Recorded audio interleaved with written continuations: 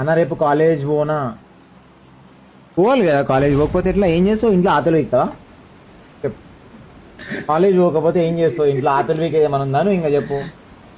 అమ్మనైనా పెడుతురు కదా తిండి. మరి ఇంకేం బ్రో, తినేసి పో. సపడే కూడా కాలేజ్ చదువుకోవాలి బ్రో. ఏదన్నా సరే ఓపెన్ చెప్తున్నా బ్రో, నువ్వని కాదు ఎవరైనా కాదు. చదువుకోవాల్సిన టైంలో చదువుకోవాలా, పటాయించే టైంలో పటాయించాలా పోర్లని. అర్థమైందా బ్రో? నువ్వు చదువుకోలే అనుకో, ఎవడు మొట్ట ఊడిచిపోయేది నువ్వే. మీ దోస్తుగాడు మంచిగా వెళ్ళిపోతాడు. బీటెక్ చేస్తాడు, ఎంటెక్ చేస్తాడు, సీటెక్ కూడా చేస్తాడు. ఆడు సుల్లి ఈక్తుంటాడు, నువ్వేమో ఆడ నుంచి ఈక్తుంటావు. ఇక అంటే చదువుకోవాలి బ్రో. స్కూల్ పోయి ఏం చేస్తావు బ్రో? కాలేజ్ పోయి అతలు వీక్ ఉన్నాయి మంచి చెప్పు నువ్వు. ఇంట్లో అమ్మనైనా సంపాదించడు బ్రో, మంచిగా పోయి చదువుకోవాలి బ్రో. అమ్మనైనా పేరు నిలబెట్టాలి మంచిగా. పాపం వాళ్ళు ఎంతో కష్టపడతారు బ్రో. పొద్దున అంటే పోతారు డాడీ అమ్మ నాయన జాబ్ పోతే పొద్దున 9-10 గంటలకు పోయి బుద్ధ ఎంగించుకొని 7 గంటలకు వస్తారు. నువ్వు మంచిగా ఎంజాయ్ చేస్తున్నావు.